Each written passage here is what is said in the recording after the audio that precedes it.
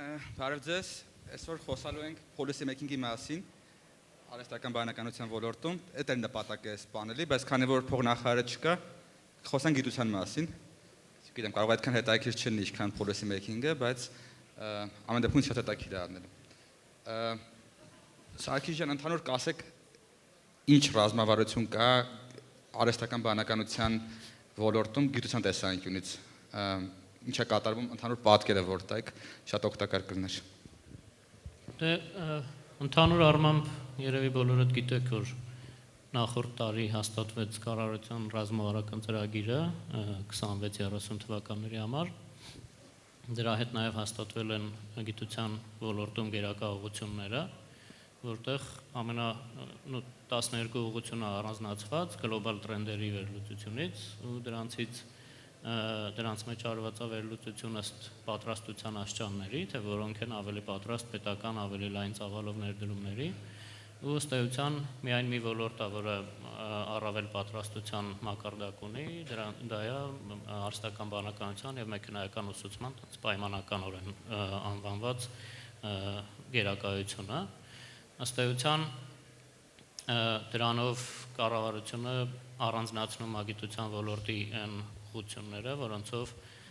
պետական ավելի մեծ ներդրումներ են նախատեսվում։ Երևի նաև գիտեք, որ այդ ռազմավարությամբ կառավարությունը հանձնառություն ունի ավելացնելու գիտության ոլորտի ֆինանսավորումը, այսինքն մենք նախորդ 3 տարիների ընթացքում արդեն իսկ եռապատկվել է գիտության ոլորտի պետական ֆինանսավորումը ու դրա հաջորդ շրջափուլն է նախատեսում այս նոր ռազմավարությունը, բայց այդ ավելացումները արդեն այս պարագայում ավելի շատ կֆոկուսանան, կկենտրոնանան այդ գերակա ուղղությունների ուղղությամբ ավելի բեկումնային ու ավելի առանձնահատուկ ծրագրեր անելու ուղղությամբ։ Մինչ այժմ ինչ արվել է, դա հեռավար լաբորատորիաների հաստատման ծրագիրն է, որը բավական խոշորամասշտաբ հետազոտական դրամաշնորհային ծրագրեր են, մինչև 300,000 եվրո արժողությամբ 5 տարվա ժամանակահատվածի համար, որտեղ արտերկրի առաջատար գիտնականների հրավիրում ենք Հայաստանում հիմնադրել հետազոտական խմբեր ու ղեկավարել դրանք։ Ու այդ ձևի մի քանի հատ արդեն ունենք, որոնք հիմնականում առնչություն են AI ոլորտին։ Հիմա այս նոր ռազմավարությամբ արդեն պետք է մշակենք ավելի բեկումնային ոճի ծրագրեր, այսինքն ոչ թե համընդհանուր գիտությանը նվիրված, այլ արդեն այդ առանձին ոլորտներում, որտեղ արդեն ավելի ճկուն նաև մեխանիզմներ կլինեն ֆինանսավորման առումով, քանի որ բոլորիս էլ հայտնի է, որ մասնավոր սեկտորի հետ գիտության ոլորտը այս ոլորտում չի կարող մրցել ու խնդիր է առաջանում գիտական հետաքրքրություններ ունեցող կադրերին պահելու առնվազն ոլորտում, ու համապատասխան գայթակղիչ առաջարկ անելու այդ իմաստով։ Դրա համար այդ առանձին ծրագրերը դեռ մշակման փուլում են, այսքան երկար ասացի, որ ասեմ դեռ մշակում ենք, բայց ամեն դեպքում նախատեսված է, որ համայնքի հետ պետք է քննարկվեն, ըստ էության կոնսենսուսային լուծման գանք, բայց նաև պետք է այդ ամեն ինչը ավելի խոշոր ծրագրերի համատեքստում լինեն համուղված, որովհետև պետությունը չի կարող իրար հակասող վեկտորներով քաղաքականություն վարել, այսինքն մենք ունենք նաև ակադեմիական քաղաք ծրագիրը, մենք ունենք նաև բուհերի խոշորացման եւ գիտական կազմակերպությունների հետ միավորման ծրագիրը, այսինքն այս ամբողջ համատեքստում պետք է նաև այդ առանձին ծրագրերն էլ լինեն, որոնք արդեն կուղղորդեն ոլորտը դեպի գերազանցության կենտրոններ ու միջազգային մրցունակության բարձրացում։ Շատ խոսացի։ Հիմնականում դուք եք խոսալու։ Նայեք, արհեստական բանականությունը շատ մեծ ոլորտ է։ Այդ մեծ մոդելները կան, ձայնային տեխնոլոգիաներ, վիդեո, տեքստիլ աշխատանք, բազմազան են, ռոբոտիկս եւ այլն։ Կա ինչ-որ ուղղություններ, որոնք մեր կառավարության տեսանկյունից կամ ձեր տեսանկյունից պետք է ավելի առաջնահերթություն տրվի ու ֆինանսավորումը ուղղվի այդտեղ, որովհետեւ եթե այդպես չանենք, փորձենք, չգիտեմ, 100 տեղ փոքր գումարներ դնենք, ոչ մի տեղը արդյունք չի լինի, չէ՞, հայտնի ոնց որ խնդիր է։ Հա, այդ միանգամայն ճիշտ եք ասում, իրականում երկու մոտեցում կա գիտության ոլորտում ֆինանսավորում կազմակերպելու, մեկը bottom-up բանն է, մոտեցումն է, այսինքն գիտնականները նախաձեռնում են որևէ, այսինքն առաջարկում են որևէ հետազոտության թեմա, անցնում է փորձաքննություն, գիտնականները գիտնականներին գնահատում են, եթե ամեն ինչ նորմալ է, պետությունները ֆինանսավորում են, այդ ոնց որ Blue Sky Research ակոչում, bottom-up approach, curiosity driven research, ինչ որ այսինքն այս պարագայում կոպիտ ասած պետությունները վերապահում են առաջնահերթություն կամ գիտական հետաքրքրություն սահմանելու լիազորությունը գիտական համայնքին, որտեղ իրանցից լավ համարվում է, որ ոչ ոք չգիտի գիտության ոլորտում ինչն է կարևոր, ինչն է առաջնահերթ։ Կա մյուս ուղղությունն էլ, որը իրար չեն հակասում, իրանք իրար կոմպլեմենտար միասին գործող ուղղություններ են, որոնք արդեն top to bottom բանն է, մոտեցումն է, երբ պետությունները սահմանում են որոշակի գերակայություններ ու այդ ուղղությամբ պատվեր են կամ առաջարկ են անում համայնքին, ասում են, այս ուղղությամբ առաջարկում ենք աշխատեք, ավելի շատ փող, ավելի շատ հնարավորություններ եւ այլն եւ այլն։ Հիմի Հայաստանի Հանրապետությունում ավանդաբար եղել է bottom-up approach-ը, որովհետեւ այդ ինստիտուցիոնալ մեխանիզմը պատվերներ իջացնելու կամ գերակայություններ սահմանելու զարգացած չի եղել, ասենց ասենք, մենք նախորդ տարվանից ինչ որ փորձեր անում ենք, ոնց որ թե բավական հետաքրքիր արդյունքներ ունենք։ Ինչ վերաբերում է հենց կոնկրետ ձեր հարցին, այդ մասով էլի ես չեմ կարող ինձ վերապահել կամ համարել, որ պետական կառավարչական ապարատում կամ թևում կա բավարար պոտենցիալ սահմանելու, թե որ ոլորտներն են AI եւ machine learning ընդհանուր գերակայության մեջ ավելի առաջնահերթ լինելու, բայց գոյություն ունի էլի ռազմավարությամբ նախատեսված այդ համայնքի հետ աշխատանք ասած է, հենց դրա մասին է, որպեսզի հասկանանք, թե նախ պետքա քո պոտենցիալից ելնես, այսինքն դու չես կարող, այսինքն կարող ես սահմանել ինչ որ մի ուղղություն, որի ոչ մի բանը չունես քո երկրում, բայց գտնում ես, որ դա շատ կարևոր է, բայց այս պարագայում բավական բարդ խնդիր է առաջանում, սկսելուց կադրեր պատրաստելուց, ղեկավարներ ընտրելուց եւ այլն։ Բարև ձեզ, պարոն Անտաշյան։ Լեգալուս։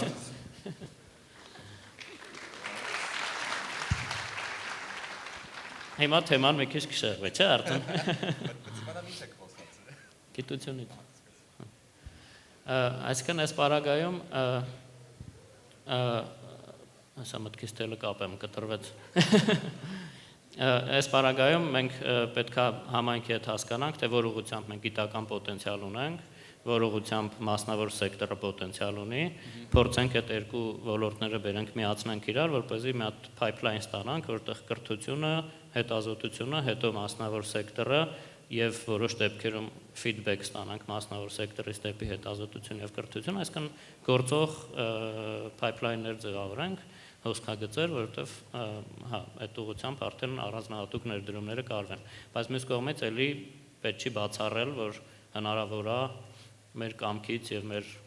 վերահսկողությունից անկախ մեկ էլ ձևավորվեն կարողություններ ինչ որ մեկ այլ ոլորտում, այսինքն ոչ ոք օրինակ չեր իմանա, որ հնարավոր է Հայաստանում ձևավորվի, չգիտեմ, ցայնի վերլուծության sense պոտենցիալ, այսինքն այդ ամեն ինչը եկել է ինչ որ մարդկանց,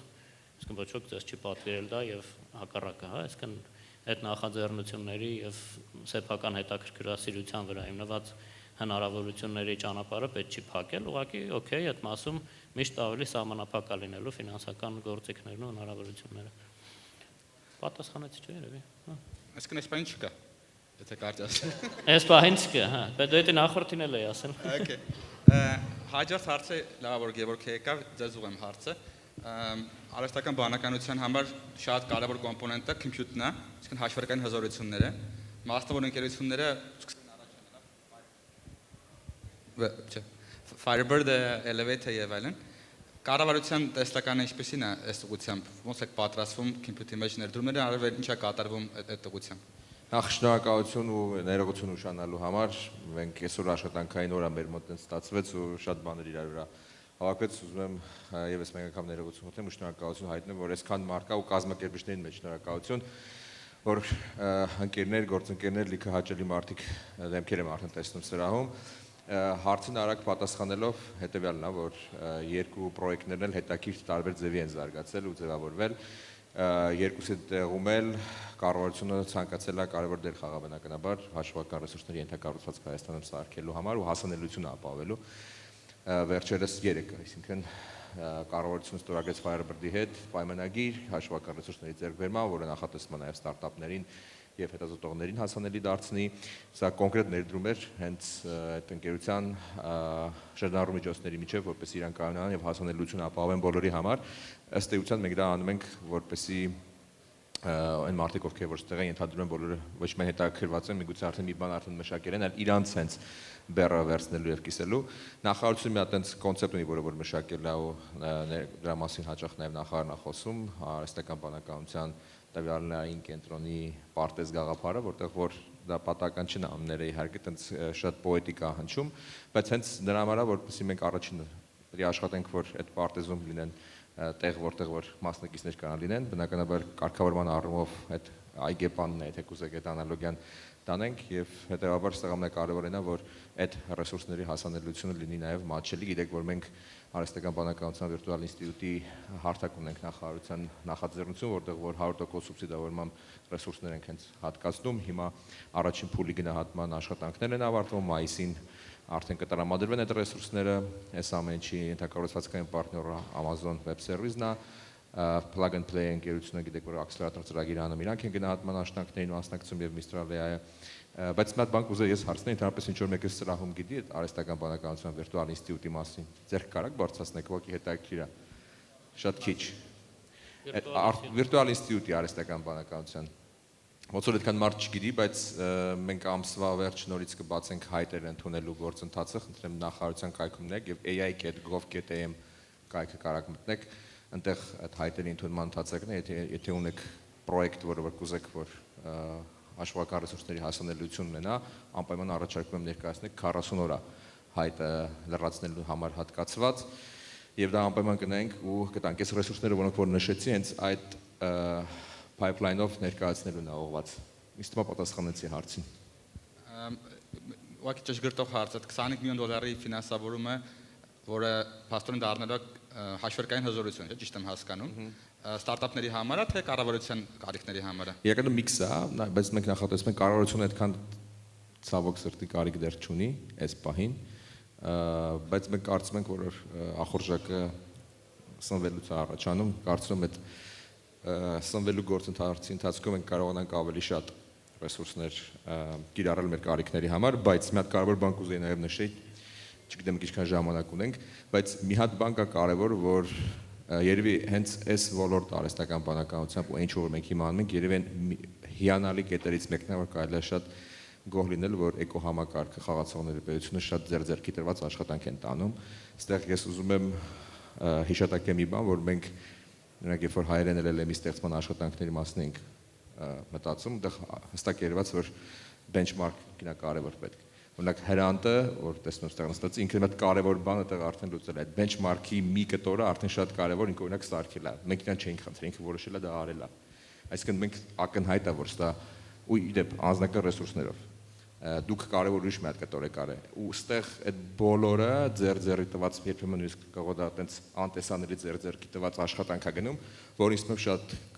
մեր պոտենցիալը լավ արդյունքի հասնելու մեծացնում է։ Այս այն տեղն է, որտեղ որ ինձ բոլորը լավ գիտակցված basic բաները կարևոր անում են ու նույն ենթակառուցվածքի կառուցումը նույն Firebird-ի պրոյեկտը Elevate-ը ընդհանրապես սկզբից մեր հետ չեր խոսում, ինքը հենց արեց ինչ որ կարևոր պետք է, մենք գնահատեցինք, եկանք դրան բոլոր այն մարդիկ, ովքեր որ էներգետիկ համակարգումների կարևոր խնդիրներ են լուծում, այս ամեն ինչը շատ հետաքրքիր ձևով հորմոնիկ ձևով իրար հետ կապվում են ու ինձ թվում է սա մի բան է, որ բոլորս պետք է բավականին գոհ լինենք ու միասին դեռ աշխատենք, որ ավելի մաքսիմալ լավ արդյունքին հասնենք։ Մյուս տեսանկյունը, որ ուզում եք քննարկենք, պրոդուկտիվությունն է։ Ինչ արհեստական բանականությունը սկսել է ակտիվ օգտագործվել տարբեր ոլորտներում, մարդկանց պրոդուկտիվությունը որոշ դեպքերում կարող է նույնիսկ անգամներով աճած լինի, հա, ծրագրավորողների դեպքում, օֆիսային աշխատակիցների դեպքում եւ այլն։ Ձեր դեպքում ընդհանրապես կառավարությունում կան ինչ-որ ծրագրեր, որոնք ուղղված են կառավարության պրոդուկտիվության բարձրացմանը, հա,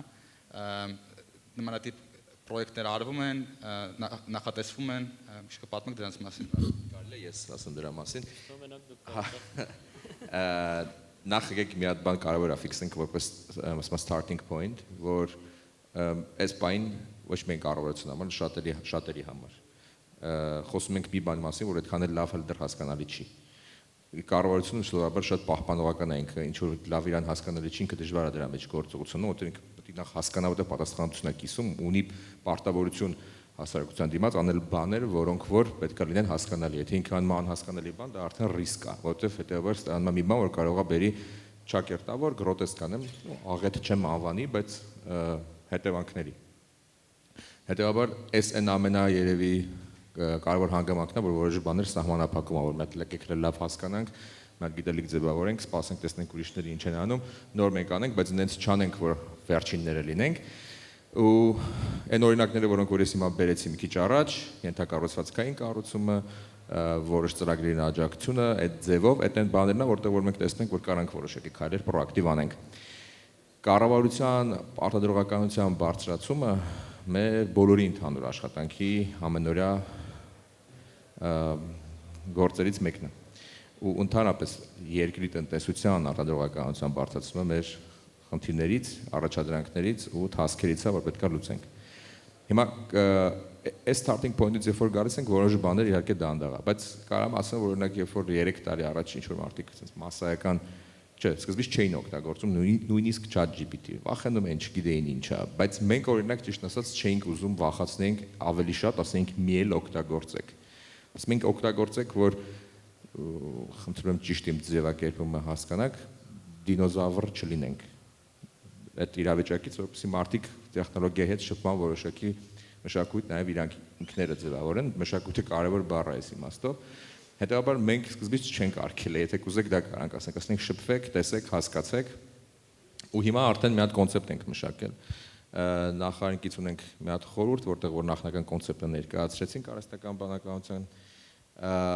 կիրառությունը պետական կառավարման համակարգում ու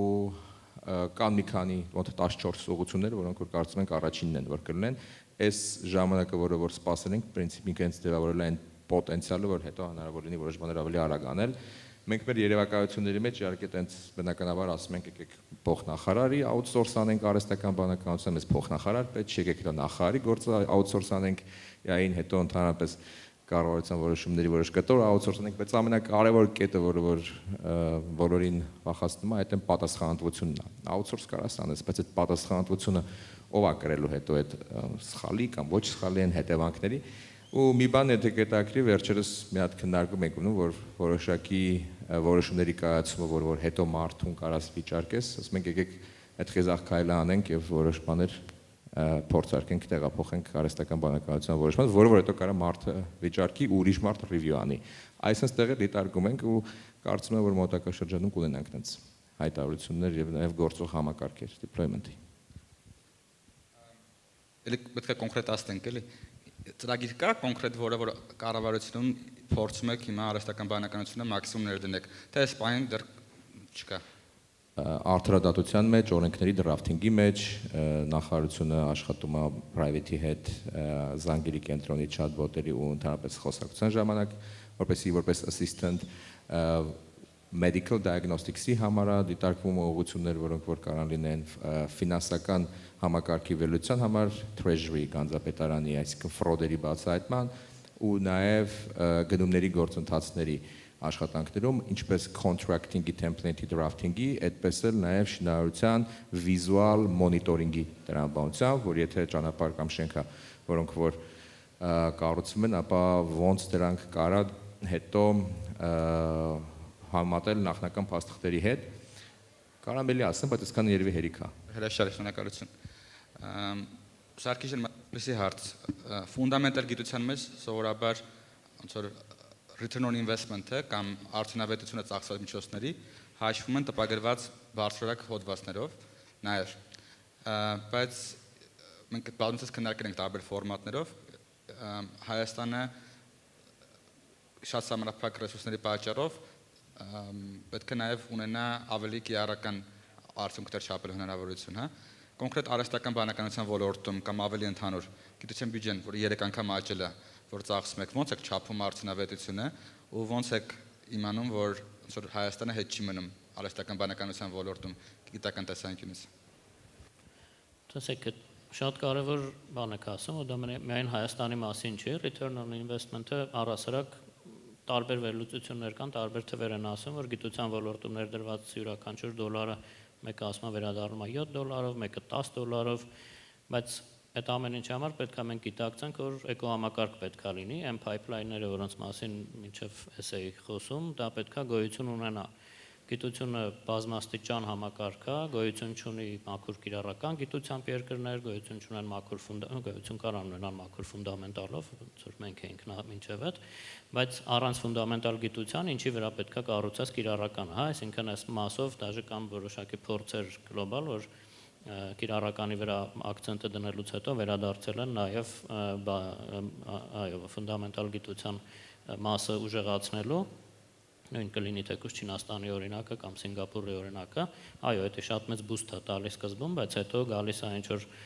շեմի, որտեղ պարզվում է, որ գոյություն ունեն անախտարելի խնդիրներ կիրառական գիտության համար, որոնք ֆունդամենտալ բնույթի են, հետևաբար պետք է վերադառնալ ու այդտեղ աշխատել։ Այսօր գիտության ոլորտի 3 անգամ ֆինանսավորման 3 անգամ ավելացումը ինքը սիրուն ահնչում, երբ որ 3 անգամ ենք ասում, բայց պետք է իրան ռեալ նայել, հա, ինքը 0.3%-ի է հասցրել ընդհանրապես գիտության ոլորտի ֆինանսավորումը ՀՆԱ-ի մեջ, իսկ առաջ ինչքան էր տոկոսային։ Առաջ 0.2-0.19-ի շուրջ էր, հա, տատանվում, այսինքն ՀՆԱ-ն էլ աճել է սպառագայում, դրա համար ինքը նույն պատիկությունը չունի, ինչ որ բացարձակ թվերը, առանց մասնավորի, հա, իհարկե։ Մասնավորի թվերը դեռ նոր ենք կարողանում տեսնենք, հույսով եմ ինչ որ ահագին բան այդտեղ կավելանա, հա, ոնց որ հուսադրող են թվերը։ Ամեն դեպքում, բայց այդ կապ չունի, պետության ֆինանսավորումը ոլորտում 1% ՀՆԱ-ի threshold գոյություն ունի, պայմանական էլի, միջազգային ընդունված, սովորաբար դրա մասին են խոսում, որից հետո կարելի է խոսալ զարգացման ու որոշակի արդեն տնտեսական էֆեկտների ու այլ լավ բաների մասին, հա։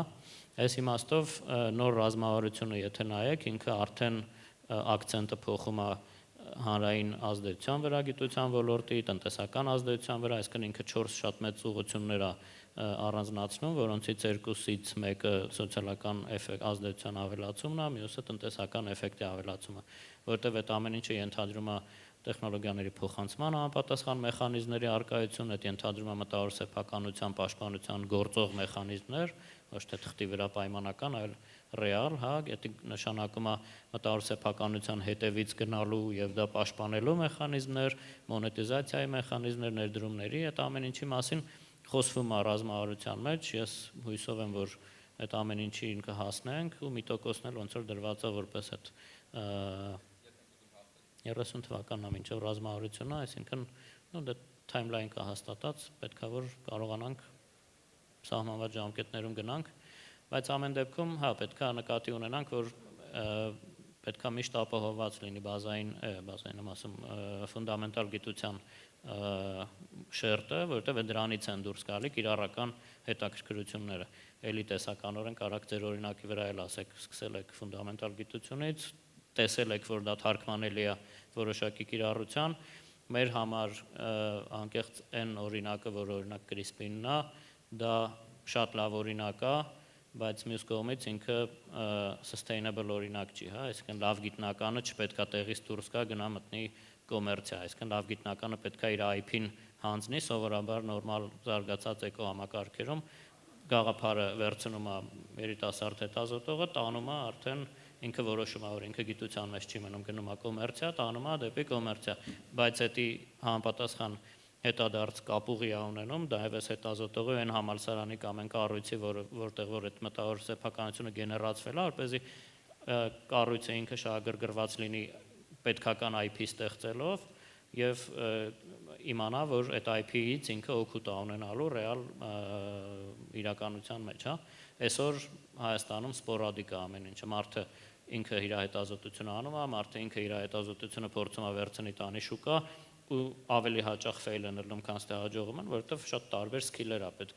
IP ստեղծելու եւ IP-ն մոնետիզացնելու գործում, հա, սովորաբար նորմալ իրավիճակում պետք է որ դրանք տարբեր մարդիկ են։ Վերջի րոպեն ուղղակի օգտագործենք Գևորգ Քեմերի մոտ կարևոր հարց ունի, այդ քննարկելու։ Շարունակություն է իմ ձեր ասացի։ Տեսեք, արհեստական բանականության ստարտափները մատած բումի մեջ են ամբողջ աշխարհում, Եվրոպայում, Ամերիկայում, ասիական երկրներում եւ այլն, բայց Հայաստանում եթե նայեք վերջի 2-3 տարվա ընթացքում, գուցե ես չեմ տեսնում, բայց շատ հաջողված ստարտափներ այս ոլորտում չկան։ Ձեր տեսանկյունից ո՞րն է պատճառը, որովհետեւ ասենք մի 5 տարի առաջ մի քանի տասնյակ դարձ ընկերություններ ստեղծվեցին, ու հետո այդ ոնց որ կարելի ասել մարեց այդ ալիքը, չնայած որ արհեստական բանականության մեծ բում է ամբողջ աշխարհում։ ինչ ենք սխալ անում, ինչ կարող ենք լավացնել։ Այդ շատ բարդ հարց է։ Իսկ թվում է դրա հարցի պատասխանը չունեմ, իհարկե կուզեի լսեի ավելի շատ, եթե ինչ-որ մեկը դրա պատկերացումը ունի։ Եթե ես կարճ ասեմ, իսկ թվում է միանշանակ սա առաջի բանը որ մտքիդ գալիս է, դա միջավայրի հարցը։ Միջավայրի կարողության, access-ի ու միջավայրը երբ որ ասում եմ, հետեւյալն է որ երևի թե որոշ մարդիկ Հայաստանից դուրս են դա արել կամ չեն արել։ Եթե չեն արել, երկու դեպքում էլ խնդիր է։ Եթե կարային անեին, բայց գնացել են դուրս ու չեն ուզեցել ստեղ անեն, պատճառ կա, որը իդեպ պարտադիր չի Հայաստանի մեղքով լինի։ Ուղղակի այնտեղ որտեղ որ այդ ամեն ինչը տեղի ունենում, մարդիկ ուզում են այդտեղ մոտիկ լինեն։ Մենք դեռ չենք հասել դրան։ Մի բան որ նոր է, ես երևի այդքան համարժեք չի, բայց երբ որ սկզբից դու խոսում ես օրինակ չգիտեմ, իմ համար արհեստական բանականություն դա կրակի նման հայտնաբեր։ Մենք ժամանակը լրացավ մեր լավ շատ կարևոր բան է ոնց որ կրակ կամ էներգիան, հա, ուսանք։ Բայց երբ այնտեղ որտեղ դա սկզբից ձևավորվել էր, հաստատ Հայաստանը չէր, էլի ուրիշ կենտրոններն է որտեղ կային։ Ժամանակա պետք որ արագ հասնի, կարծում եմ կհասնի, մեր գործը պիտի լինի միասին այդ միջավայրը սարքել, որ այդ ինչ որ սկզբից ասի պոտենցիալ լինի, որ այդ պոտենցիալը հնարավոր լինի մաքսիմալ